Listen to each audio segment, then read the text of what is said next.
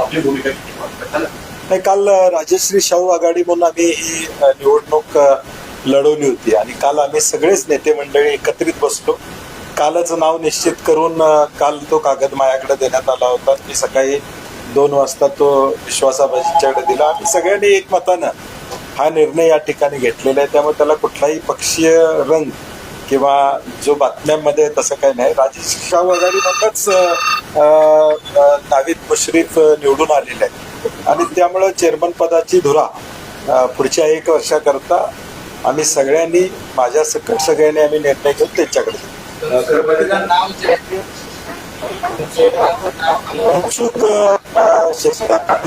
इच्छुक होते, बाबासाहेब चौगुले होते, अमर पाटील कोडोलीचे इच्छुक होते, करण गायकवाड होते, अजित नरके इच्छुक त्या ठिकाणी होते. शेवटी या प्रक्रियेमध्ये 2 घटक विश्वास आबाजी आणि अरुण डोंगरे ह्यांच्या बाबतीत कुणाचाही संभ्रम नव्हता किंवा कारण की त्यांना आम्ही शब्द दिला होता.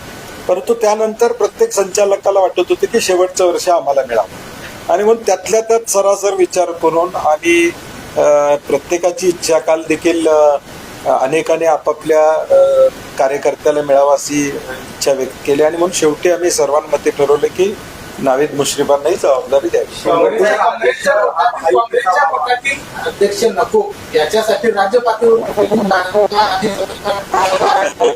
मला वाटत विषय गोकुळच्या बाबतीत या ठिकाणी होईल कारण की शेवटी केडीसी बँक आहे, अनेक साखर कारखाने आम्ही एकत्रितपणे या ठिकाणी लढतो. मला वाटतं तो अँगल अरुण डोंगरेंच्या राजीनाम्यानंतर थोडाफार अरुण डोंगरेंनी निर्माण केला. त्यामुळे तो विषय जरा राज्य पातळीवर गेला.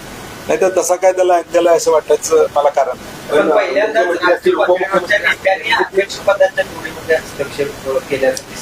कालच्या बैठकीत कुठेही राज्य पातळीवरच्या नेत्यांचा उल्लेख हा मुश्रीफ साहेबांच्याकडून, विनय कोरेंच्याकडून, पालकमंत्र्यांच्याकडून किंवा चंद्रित नाईक झाला नाही. मी त्यांना तसं विचारलं, तसा कुठलाही विषय त्यांच्याकडून झालेला नाहीये हे त्यांनी मला सांगितलेलं. आता ते मी सत्य समजून पुढे जातो. पण राज्य पातळीवरच्या नेत्यांचा जर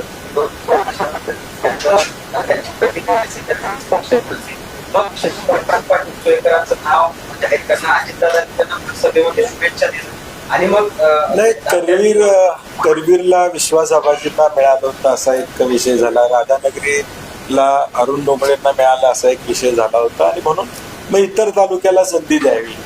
मग मी म्हटलं तसं अमर पाटील इच्छुक होते, शाहूवाडीतने इच्छुक होते, परत पन्हाळ्यातून अजित नरके इच्छुक होते आणि मग यातून आम्ही सगळ्यांनी काल एक जो 1.5 तास आमची बैठक चालली तेवढ्यासाठीच की एकमत करणं आणि म्हणून एकमतानं आम्ही या नावावर शिक्कामोर्तब केलं. कुठल्या एका विषयाला सगळ्याच विषयाला करणं कारण की शेवटी राजश्री शाहू आघाडी म्हणून या गोकुळच्या संघर्षात मी गेले 15 वर्ष हा संघर्ष या ठिकाणी करतोय. मागच्या 10 वर्षापूर्वी विनय कोरे साहेब असतील, मी असो, पॅनेल आम्ही केलं होतं. आमच्या 2 सीटा चंद्रकांत बोंद्रे आणि संजय बाबा याप्रेशी निवडून आले होते. नंतरच्या पुढच्या निवडणुकीमध्ये मल्टी स्टेट या मुद्द्यावरून राष्ट्रवादी मुश्रीफ साहेब हे आमच्याबरोबर त्या ठिकाणी आले आणि या जिल्ह्याच्या या प्रमुख संस्थेवर आम्ही सगळ्यांनी मिळून सत्ता मिळवली.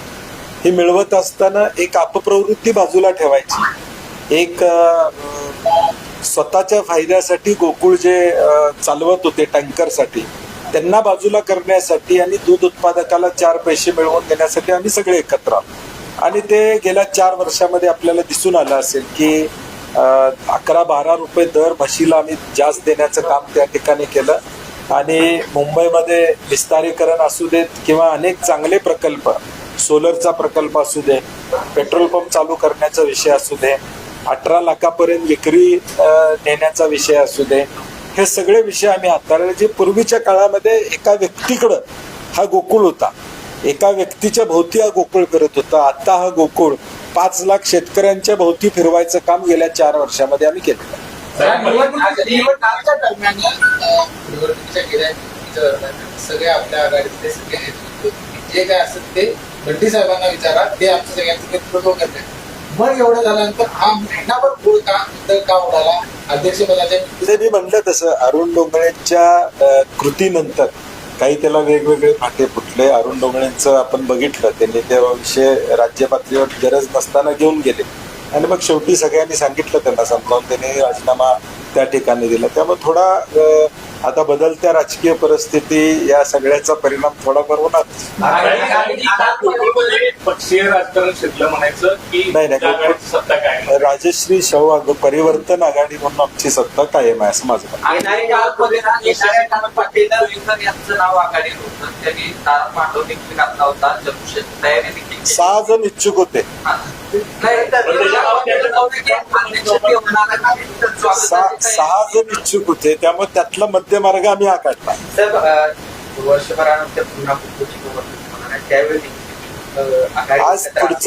आज पुढची चर्चा आज करण्यात पॉईंट नाही. त्याच्या आधी जिल्हा परिषद आहेत, महापालिकेच्या निवडणूक आहेत, अनेक भरपूर पाणी होत जाणार आहे. अवकाळीत थोडा पूर आलता, अजून पाऊस पडणार आहे, अजून पूर येईल, महापूर येईल, काय काय होणार आहे. शेवटी सहकारातली समीकरणं ही वेगवेगळी सातत्यानं या ठिकाणी असतील. माझा प्रयत्न असेल की ते आहे तसं ठेवण्याचा. एक प्रमुख नेता म्हणून माझा प्रयत्न असेल की आहेच आघाडी राहावी, माझा प्रयत्न असणार आहे. नवीन महायुतीची एक आघाडी का परिवर्तन आघाडी नाही तर मगाशीच बोललो मी त्याच्यावर. चला, धन्यवाद.